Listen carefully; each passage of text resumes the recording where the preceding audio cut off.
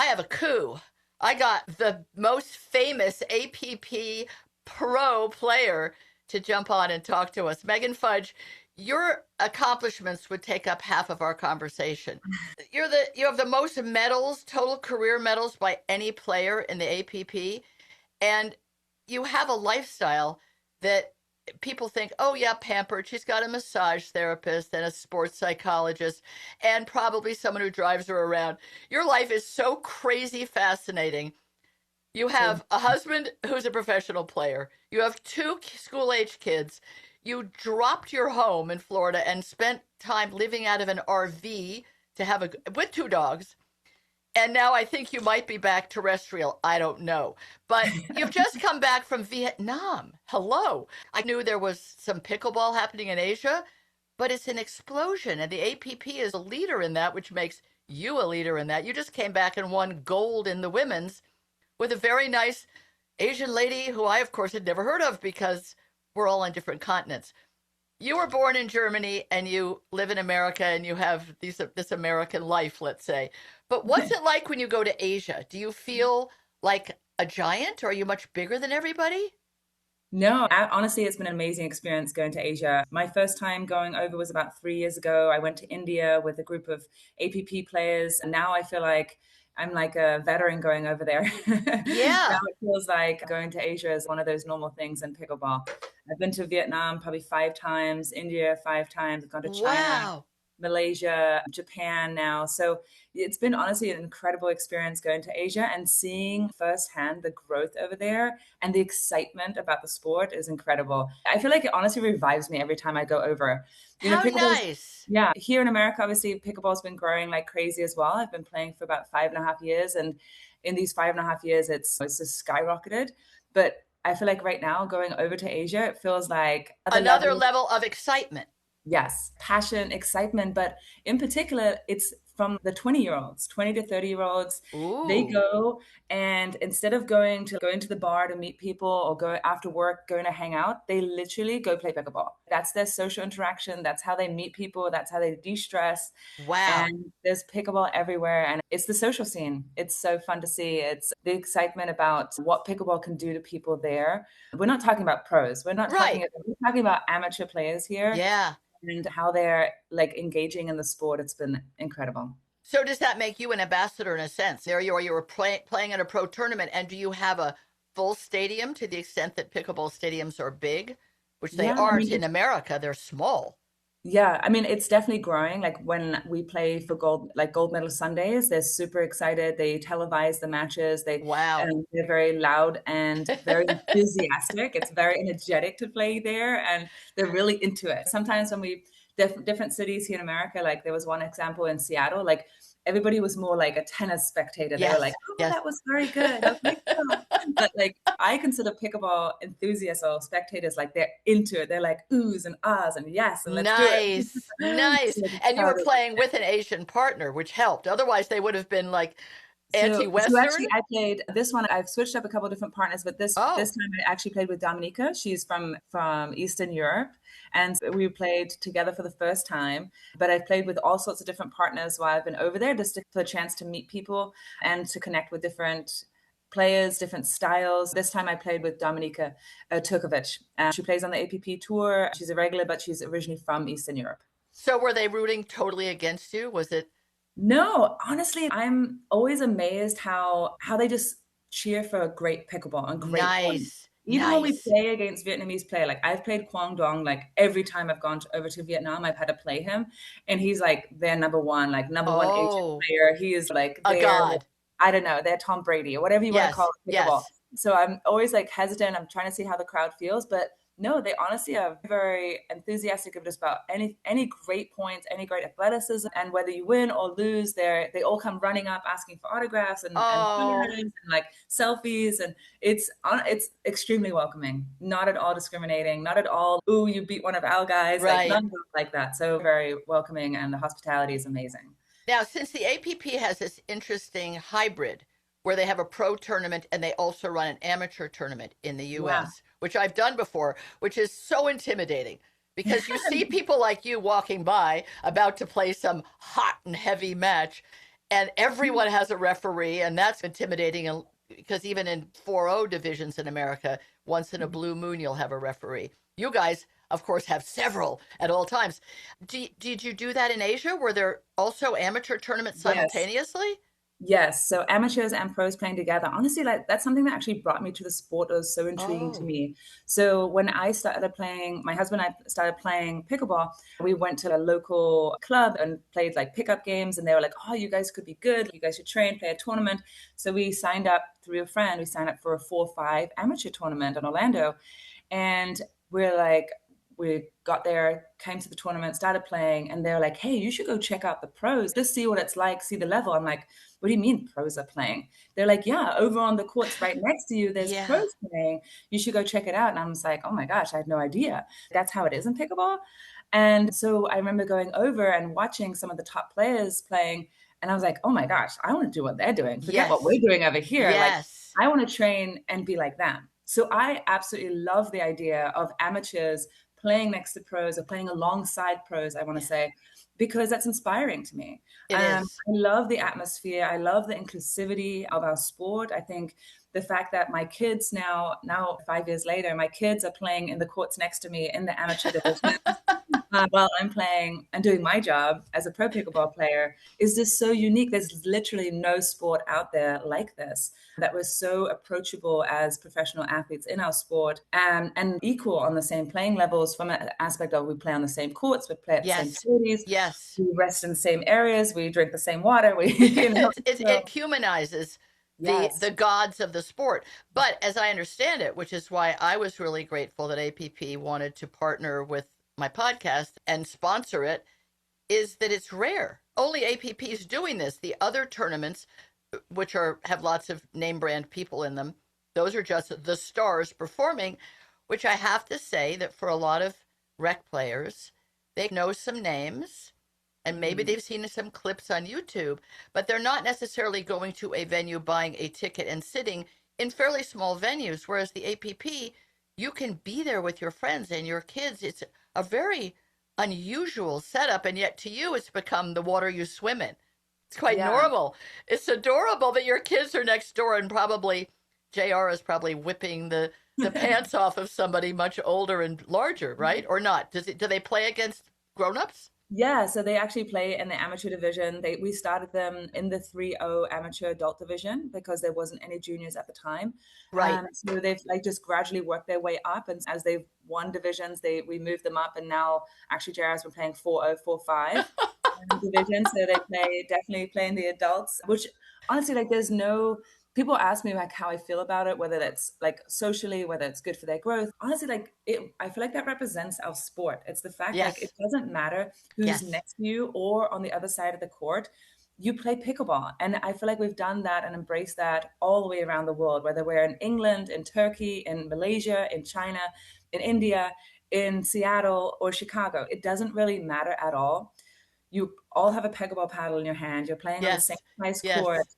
We're all enthusiastic about the sport. Let's go play. Like, it Yeah. doesn't matter. We could You're not right. speak the same language. I don't care. As But long that's as you can keep score in a kind of yes. common language. It's true. Just this past week, I hooked up just at a place where I play all the time. I think he's 19 years old. He might be all of 20. That makes him me almost 4 times older than him. Okay. Almost 4 times older than him.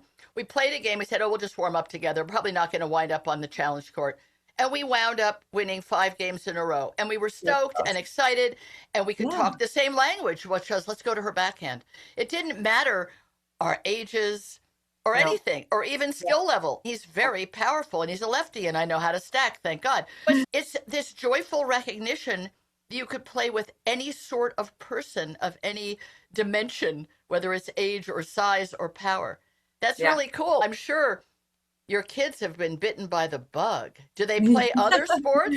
But you were Um, homeschooling them when you were RVing, right? So they don't yes. We do team sports. Oh, you do? So we're still homeschooling them just because we travel so much. I Yeah. like being with us on all our travels, so they've seen Yes. the world with us. And so we still continue to homeschool. But their kids, honestly, they are very enthusiastic about all sports. JR's fallen in love with tennis. They play badminton in the yard. He'll pick up any racket sport and he'll like just Nice. fall in love with it. So anything we try to expose them to a lot of different things. Obviously, pickleball is very easy to access for us because I'm always training, or Ryla and I are always training. So they jump on the court and train away. But They do? honestly, They jump yeah. on and train with you? They drill with Oh, you? absolutely. Yeah. Actually, last night was the first time that Lily, my daughter, she's 11, she played with Ryler in a mixed doubles tournament in the open No. division. They played together. So that was No. their first experience playing together. And they took home bronze. And they have played amazing matches. Wow. That's so So cool. it Talk was about very exciting to making watch. memories. So, okay, here's a question. If you're playing with your dad, he was a very high level tennis player. I looked at a few Yes. of your YouTubes. Was playing in the Australian Open tennis not that long ago. Do they stack? Does he poach a lot? Absolutely. Yes, definitely. No, we obviously are trying to teach them the right way and like the Yes. professional way of playing sport. And Ryla's left-handed. So as you spoke of stacking, Oh, Lily, nice. Lily knew to stack on the left side, and she's been working on her dinks on the left and her drops. With when she normally plays with JR with my son, they normally play exclusively together in mixed doubles. It was fun for her to play with her dad, but I definitely do think she was a little nervous, or maybe I was more nervous for them. But she would cope with it really well. She's very feisty, so she definitely got very fired up. And they had some really fun matches together, and it was just, for as a family, it was just so exciting. That's fantastic. Speaking of a family, so I did look at a bunch of your stuff online. I thought I'm meeting Megan Fudge. I'm not going to not know anything. I don't usually Google. I had to Google you. So you're a Franklin pickleball family. Everything you have is branded. Your RV was wrapped, your hats, your shirts, the children's underwear, for all I know. Is this a part of your deal, or are you just so grateful that they sponsor you that you plaster them all over you? I think it's great. It's a nice company. Yeah, no, definitely both, right? Thanks to Franklin that we are able to be on this journey and on this like Yes. this vessel of pickleball, and it would not be possible without the support of sponsors. So extremely grateful, but at the same time, we have a contractual obligation as well to represent, and they've helped with the RV, and therefore they got the wrap on the RV, and The you RV know, is so cool. I bet you cause traffic accidents. First, honestly, there's been times where we were driving down the highway and someone overtook us and drove in front of us, and they were rolling down the window, and I'm like, "What is about to happen?" And they pull out a pickleball and lift it out the window, and I was like, "Oh my gosh!" So just things like that's that, really cute. It is an amazing wrapping job, I must say. And then Yes. when you wrote about when you first decided you'd try this RV life, you said in some posts, I read a bunch of your blogs, you were very open and honest and delightful. Thank And you. you said, we went for a smaller one. So then I look at the picture and said, that is longer than my own physical house. What do you mean smaller? That's got to be quite a challenge to learn how to drive it. And don't you have the dogs bouncing around at the back as well? So we started off with a 22-foot. Oh, I see. So we did start off with a smaller one, just like a taster per se, but it Yes. wasn't actually a full-time RV, but we were living in it full time. So a lot of things broke very quickly. The last straw was like driving down the highway in Dallas, and we just hit this massive clonk, and we're like, oh gosh, what is it this time? And Lily was like, Mom, I think you should look at this one. I'm like, oh no. And our sink had fallen through the cabinet, like our sink had gone through, and I was like, Ryler, it's time for it's time for an upgrade. We need to get different RVs. So we actually stayed in Texas for an extra 2 weeks to figure out negotiations on upgrading our RV. So we came back to Florida and an upgrade. So we got a 35-foot RV, and then we towed the Jeep. So it made us basically as Wow. long as a semi truck. And you don't have to, the insane thing in this country is that you don't have to have a special license for it. Really? You just kind of figure it out on your own. That's scary. So, in other words, any of us that see someone with an RV, give them lots of room. So, Yeah. when you're in Europe, I don't know if you knew this in Germany or whether it's changed, but when I lived in Italy, anyone with a Belgian license plate, you're like, we're just going to let them go by because they don't need Oh, to take a really? driver's license, a driver's test. Did you know that? No I did driver's not ed. know that. It No way. used to be no Yeah. driver's ed. So, a Belgian license plate is like a very big RV. Just give them space. They're Yeah. figuring it out. So, Yes. what would your advice be to parents or grandparents who have very athletic kids? Yeah. And pickleball being new, there's very few children in it, even going up to young teens. Uh-huh. Annalie obviously started at an absurdly young age and is a beacon of, so if you start at 11 and you were a soccer star, you could be a diva. But That isn't true. There are goats, and who they come from and how it happens, we'll never know. But it looks like a wide open field. If I had a Yeah, really so athletic kid or grandkid, I'd say, I don't know, do you want to really go for it? What do you think okay, so about that? I'm a huge advocate that pickleball should be an entry sport for the majority of kids. I think pickleball is so attainable and accessible and an amazing Yes, way to connect with your child, yes, with your grandchild, connect with your yes, aunts and uncles, yes, socialize. It is easy to learn. It's hard to very. master. It's hard to Yes, master. So you're going to yes, constantly be learning. You're going to be in a team environment. You're going to have a teammate at the majority of times, that's and you're going true. to meet so many people of all walks of life. So I am a huge advocate. I've spoken on various different panels for pickleball and for racket sports in general, that I believe pickleball should not be the exit sport. It should be the entry sport. Well said. And That's so a I think really it's the great most way of diverse putting it. sport. Yeah, there's no reason for us not to get kids onto the pickleball court, let them learn a new fun sport that is really cool right now. If you look at shows, if you look at Yeah, like, there's a cartoon that just got released 6 months ago called Bad Guys 2, and they talk about pickleball in that movie. nice, And nice. pickleball's everywhere right now. Let's take advantage of that, that it's cool, that we get kids off the screens, out of the house, Yeah, onto outside, into the sun, around other people, and let them play something that's fun and attainable and approachable because of the small courts, light paddles, easy bounces on the ball. And then if that takes them then to other sports, amazing. Teach them mhm. athletic skills through pickleball. I'm just a huge advocate for that. I couldn't agree more. And self-confidence. I watch Yeah. children trying to learn tennis or golf, and I think this is child abuse. It's so hard. I'm exaggerating, but not really. Even with a child-sized racket, it's still a big ball. It's still a Yeah. gigantic court. Oh, you put up a child's court net. It doesn't matter. I mean, Yeah. the hand-eye I grew up coordination playing tennis. I grew up playing is tennis. so hard. My dad's a tennis coach.